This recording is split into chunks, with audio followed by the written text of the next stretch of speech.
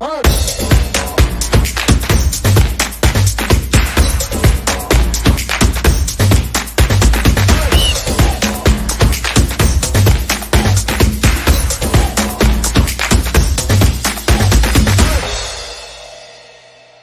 coup, oui, comme on a dit, bah, le 8 octobre 2005, donc on parvient à se qualifier on était déjà qualifié pour la CAN, mais du coup, le 8 octobre, on est qualifié officiellement bah, pour la Coupe du Monde suite à notre victoire bah, contre le Congo en match extérieur. Euh, pour toi, du coup, qui vit cette aventure-là, qu'est-ce qu'on ressent à ce moment-là? Qu'est-ce que tu as ressenti au coup de sifflet final? Ben, pour être franc, moi je savais déjà qu'on serait qualifié après avoir battu le Cameroun en fait. Ok. Ah Donc ouais, la confiance est vraiment venue la, la- tôt la- dans ton esprit, quoi. la confiance était là parce qu'en battant le Cameroun, on savait qu'on les écartait et avec ce qu'on avait prouvé avant, on savait juste qu'en jouant sur notre valeur, on arriverait à se qualifier. Donc le match le plus important pour nous sur le groupe, c'était le match du Cameroun et on avait réussi à le faire. Ok, ok, ça marche. Et t'en as pensé quoi je pense qu'on l'a tous en mémoire, mais le retour à Lomé? Ah bah ouais, ça a été magnifique où le bus y passait au milieu des gens qui tapaient sur les flancs du bus. Ça c'était incroyable. Ça c'était vraiment un super moment. Ouais.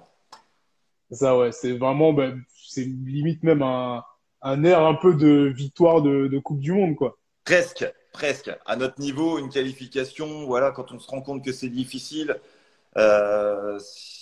faut être clair, la génération de maintenant est beaucoup plus talentueuse que la génération que nous on avait. En termes d'abnégation et de physique, peut-être, ils sont un petit peu moins, mais la part de chance qu'il faut pour se qualifier pour une Coupe du Monde, elle est incroyable. Ouais, clairement, clairement. Et toi, côté club, à ce moment-là, t'es à Valenciennes, c'est ça? Ouais, ouais. Ok. Et comment les choses se passent, comment ça évolue pour toi? Super bien. Voilà, j'évolue au milieu de bons joueurs comme Savidan, Maxence Lachaise, plein de bons joueurs, des joueurs de qualité, des joueurs de top Ligue 1. Et puis, j'ai eu la chance après d'être appelé par Nantes, qui venait descendre en Ligue 2. Et voilà, on s'est arrangé avec Antoine Camboiré, qui était mon coach, où j'ai des très très bons rapports avec. Et je suis parti à Nantes parce que, voilà, quand un club comme le FC Nantes, un club historique, vous appelle, bah, pour moi, dans ma tête, il fallait pas hésiter. Donc, je suis parti au FC Nantes pour le faire remonter. Et on est monté. Super. Yes.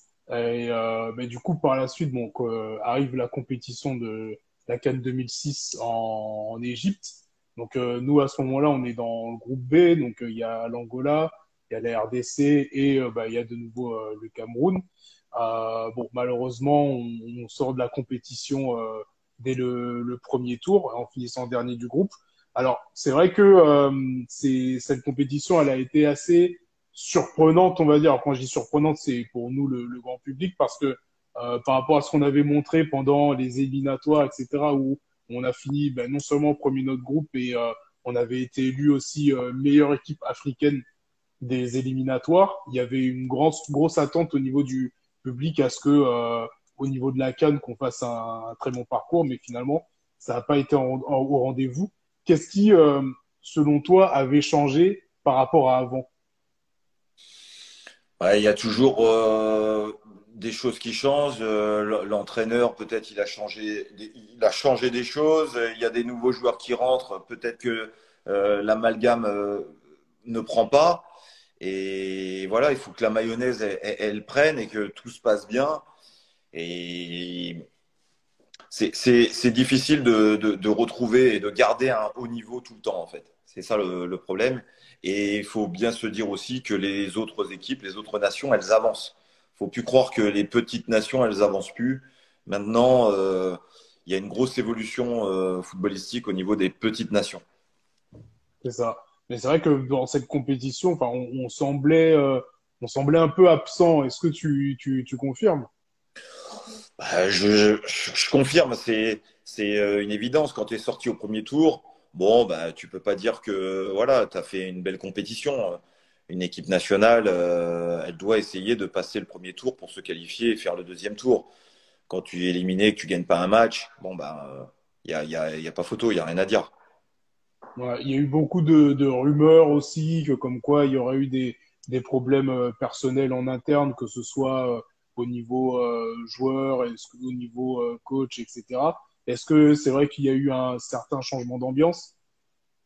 Bah, il y a toujours, vous savez, quand il y a des résultats qui sont un petit peu en difficulté, évidemment, il y a des problèmes internes, que ce soit problème de prime, que ce soit C'est vrai.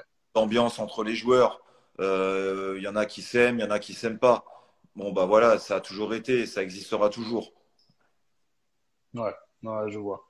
Mais toi, du coup, ça a été quoi un peu ton bilan de cette CAN? Ouais, c'est quelque chose, voilà, que c'est une canne qu'il faudra oublier parce que les résultats n'étaient pas là, il y avait pas les bons résultats sur le moment et il faut savoir passer à autre chose. Et c'est ce qu'on a fait, mais c'est vrai que c'est plutôt une canne décevante quand on fait les efforts pour se qualifier pour une canne. C'est vrai qu'il faut faire un peu plus. Ouais, ok, ok. Alors, c'est vrai que bah, par la suite, bon, la même année, comme je disais, bon, on a la Coupe du Monde 2006 qui approche. Seulement, voilà, bon, déjà, entre-temps, nous, on change de coach, puisqu'on avait Stephen Keshi, mais du coup, c'est plus Stephen Keshi, c'est Otto Pfister qui reprend la tête des éperviers. Mais avant même la compétition, bon, évidemment, il y a les problèmes qui se posent au niveau des primes. Encore une fois, il y a aussi ces histoires un peu de grève et à un moment donné, une sorte de démission du coach également qui n'était pas content bah, du fait qu'il n'y avait pas de réponse concrète apportée par les autorités à ce niveau-là. Euh, Toi, justement, qui s'apprête à aborder ta première Coupe du Monde, avec ce type d'ambiance-là, on est dans quel état d'esprit en tant que joueur quand on vit tout ça? Bah, moi, j'étais plutôt tendu parce que moi, pour moi, la Coupe du Monde, c'est l'apogée. Donc c'est vrai que les histoires de primes, tout ça, ça me mettait du stress. J'avais beaucoup, beaucoup de stress. J'étais pas habitué à tout ça.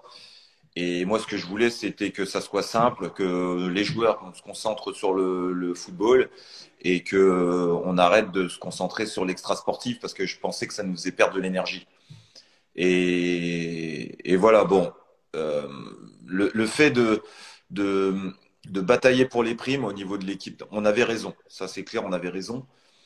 Mais c'est vrai que moi, j'avais beaucoup de stress. Donc, moi, j'ai suivi le lead de plusieurs joueurs qui avaient raison et ils ont bien fait de revendiquer pour les droits des joueurs. Mais c'est clair que ça crée beaucoup de stress pour une préparation d'un tel événement. Ah ouais, effectivement. Et d'ailleurs, bon, on démarre la compétition en jouant contre la Corée du Sud. Alors, ce qui est assez surprenant, c'est que malgré toute cette ambiance et cette tension, comme tu en as parlé, bah, on fait quand même un début qui est quand même bon, puisque déjà, on ouvre le score contre la Corée sur un but de Kader. Et finalement, bon, on se fait remonter au score, mais finalement, c'est juste parce qu'on s'est retrouvé à 10, puisque Jean-Paul Abolos prend un carton rouge. Donc finalement, force est de constater que malgré c'est vrai, toute cette ambiance un peu stressante, on a réussi quand même dans un premier temps à montrer quelque chose. Ah, mais totalement. De toute façon, on était préparé et physiquement avec Otto Pfister qui nous a très très bien préparé. Son adjoint aussi était vraiment quelqu'un de qualité. Moi, j'ai vraiment apprécié ces moments avec ce coach qui avait la rigueur allemande et on s'est préparé pour ce match. Je pense qu'on aurait pu faire mieux sur cette compétition, mais on a quand même fait honneur au peuple togolais sur la compétition. Et le premier match, ben, on a la chance de marquer. C'est vrai que Kader est rentré dans l'histoire en étant le premier joueur togolais à marquer en équipe nationale en Coupe du Monde. Coupe du Monde, ouais, c'est ça. Mais d'ailleurs, toi, de ton côté, donc tu joues le match contre la Suisse. Ouais, On est d'accord que c'était un match un peu volé, ce match-là. ouais, disons que bah, déjà le stade était entièrement voué à la Suisse. C'était compliqué pour nous. Il faut bien imaginer le Westfalen Stadion, le stade de Dortmund, totalement rouge, donc aux couleurs de la Suisse. Et ça nous a un petit peu influencé, je pense, sur ce match. Et oui, il y a eu des faits de jeu qui sont un petit peu litigieux.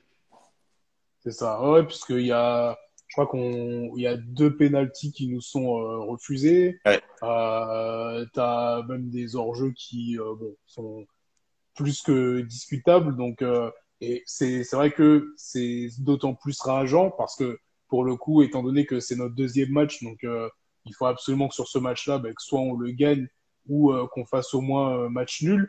Donc, au final, bon bah c'est bon, ça finit par une défaite de 0. Est-ce que à ce moment-là, toi dans ta tête, tu t'es totalement découragé parce que bon bah voilà, c'est signification d'élimination de la compétition, ou est-ce que tu es encore combatif parce que bon bah tu te dis il reste le match contre la France, il faut qu'on garde une Ah, certaine je suis rigueur. toujours combatif. Moi, j'ai toujours envie de jouer, toujours envie de prouver. La chance qu'on a d'être sur le terrain, c'est de prouver notre valeur. Et c'est ça qu'il faut mettre en avant. Un joueur de foot, il doit jouer. Et le but, c'est de batailler pour être sur le terrain et essayer de jouer, quoi. Et j'ai eu la chance de jouer un quart d'heure contre la France et d'essayer de tout donner pour les empêcher de se qualifier, quoi. Bon, on n'a pas réussi, mais voilà, on a essayé d'être valeureux et de, comme je le dis encore, de faire honneur, quoi. Ouais, non, ça a été vraiment un très bon match, hein, parce que même toute la première mi-temps, on les fait douter, on, Mm. ouais, ouais, on maintient le score vierge. Donc, c'est vraiment en seconde mi-temps que, bon, malheureusement, ils sont un peu plus pugnaces, on va dire, qu'à la première période. Mais c'est vrai que globalement, ça a été salué comme une bonne performance de notre part, quoi. Yes. Et bah, toi, c'est quoi un peu ton bilan de cette Coupe du Monde? Oh, bah, c'est deux matchs. C'est une occasion contre la Suisse que j'ai ressassé pendant des nuits et des nuits, alors que voilà, avec la précipitation, avec l'émotion, normalement, je dois mettre un contrôle et pour pouvoir frapper. Et je veux tenter une volée directe. Et voilà, c'est des détails que les gens ne savent pas, mais que nous, joueurs de foot, on ressasse et on se dit, putain, mais si j'avais fait ça, et si j'avais fait ça, Ouais. si j'avais fait ça. Et bon, voilà, ça aurait changé plein de choses. Mais voilà, donc bon, des fois on ressasse des choses et puis moi, je suis quand même satisfait d'avoir fait deux matchs de Coupe du Monde. Par rapport à mon niveau aussi, c'était bien. Ok. Bah, mis à part les tensions qu'il y a pu y avoir par rapport aux primes et tout, est-ce que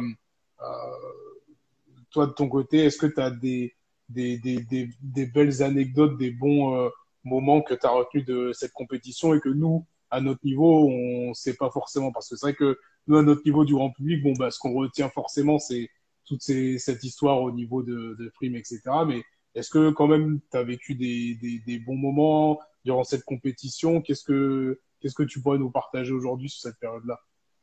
Oh, ben, c'est vrai qu'il n'y a pas grand-chose. Après, nous, on était en préparation donc à Wangen.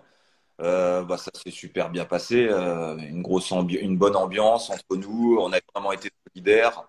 Et, euh, et voilà, la petite anecdote que je pourrais raconter, c'est un des joueurs de l'équipe nationale que je dis, je tairai le nom, une fois qu'il a reçu la prime de qualification, il a quitté le camp et on l'a plus revu on l'a plus revu en équipe nationale. Voilà, Ah ouais? ouais, on l'a plus revu. Ok.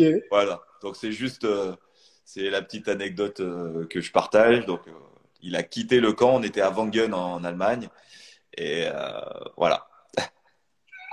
Ok. Je ferai mon enquête là-dessus. Je Voilà. regarderai. Ça marche.